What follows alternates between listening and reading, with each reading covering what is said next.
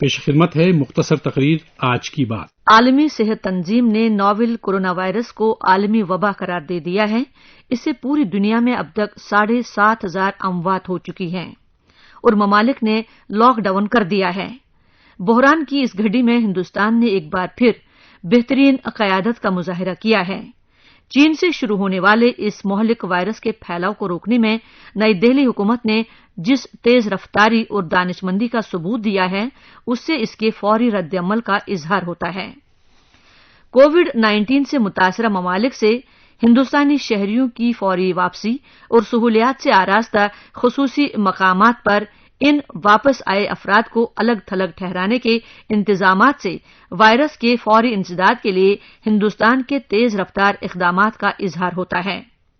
یہی نہیں، انسانی جذبے کا اظہار کرتے ہوئے ہندوستان نے اس وائرس کے بدترین شکار ممالک سے بھی بہت سے دیگر شہریوں کو نکالا ہے۔ ہندوستان کے وزیر صحت ڈاکٹر ہرش وردھن نے کہا ہے کہ اس وائرس کی روک تھام کے لیے ملک جٹ طیارے کی رفتار سے کام کر رہا ہے۔ چین کے قریبی پڑوسی اور 1.3 بلین آبادی والے ملک میں صرف 120 متاثرین کی قلیل تعداد سے ہندوستان کے تیز رفتار اقدامات کا برملا اظہار ہوتا ہے۔ وزیراعظم نریندر مودی نے بجا طور پر سارک کے رہنماؤں کی توجہ اس طرف مبذول کرائی ہے کہ وسط جنوری سے ہی ہندوستان نے اس وائرس کے پھیلاؤ کو روکنے کے لیے جنگی پیمانے پر کام شروع کر دیا تھا۔ وہ یہ کہنے میں بھی حق بجانب تھے کہ جنوبی ایشیا کو اس سلسلے میں بھرپور تعاون کرنا چاہیے۔ ہندوستان کی جانب سے ابتدائی طور پر $10 ملین امداد کا اعلان اس وبا کے خلاف جنگ میں ایک اہم قدم ہے جو سرحدوں کی قیود سے پرے ہے۔ اس وائرس کے مشتبہ متاثرین کی عام نگرانی کے ذریعے یقیناً ہندوستان نے ایک مؤثر طریقہ اپنایا ہے، نیز یہ کہ ممکنہ متاثرین کے مینجمنٹ سے پورے ملک میں صحت سے متعلق عملے کے مثالی رد عمل کا اظہار ہوتا ہے، چونکہ اس متعدی بیماری کی روک تھام میں مواصلات کا اہم کردار ہوتا ہے۔ اس لیے عوام کو بیدار کرنے کے لیے وزیراعظم نے اس سلسلے میں بھی قیادت کی ہے، جس کی وجہ سے لوگوں میں خوف و ہراس پیدا نہیں ہو سکا ہے اور وہ افواہوں کا شکار نہیں ہو رہے ہیں۔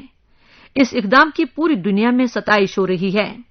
عالمی صحت تنظیم نے بھی اس بات کو نوٹ کیا ہے کہ ناول کرونا وائرس کی روک تھام کے لیے ہندوستان ازحد کوششیں کر رہا ہے۔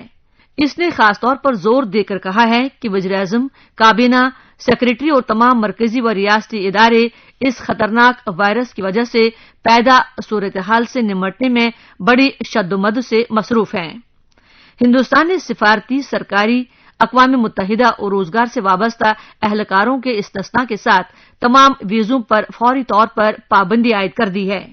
اس کے علاوہ حکومت نے ہندوستانیوں سمیت چین، اٹلی، ایران، جنوبی کوریا، فرانس، اسپین، جرمنی اور برطانیہ سے آنے والے تمام افراد پر اس کو لازم قرار دیا۔ ترکی اور خلیجی ممالک کو 14 فروری کے بعد سے 14 دن کے لیے الگ تھلگ کر دیا گیا ہے۔ اس مہلک وائرس کے پھیلنے کے بعد ہندوستان نے چین سے تمام پروازوں کو منسوخ کر دیا ہے، جو یقیناً ایک جرأت مندانہ فیصلہ ہے۔ اس وبا کی روک تھام کے لیے تمام ہوائی اڈوں اور نیپال نیز بھوٹان کے سرحدی چیک پوائنٹس پر یونیورسل اسکریننگ شروع کر دی گئی ہے۔ وزیراعظم نریندر مودی نے سارک رہنماؤں کی توجہ اس طرف مبذول کرائی ہے کہ اس وائرس کے ممکنہ متاثرین، ان کے تعلق میں آنے والے افراد اور متعلقہ چین کی شناخت کے لیے انٹیگریٹڈ سرویلنس پورٹل بے حد ضروری ہے۔ اس وائرس کی روک تھام کے لیے انہوں نے سارک کے ساتھ سافٹ ویئر کے اشتراک کی بھی پیشکش کی۔ کووڈ-19 کے خلاف جنگ میں ہندوستان کا رہنما منتر ہے تیاری نہ کہ خوف۔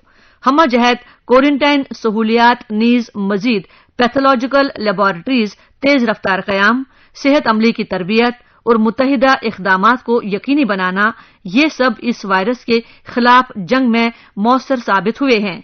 اس سلسلے میں یہ بات بھی قابل ذکر ہے کہ لوگوں نے خود کو الگ تھلگ کرنے میں مثالی جرأت کا مظاہرہ کیا ہے اور اس وائرس کے خاتمے کی کوششوں میں صحت عملے سے پوری طرح تعاون کیا ہے۔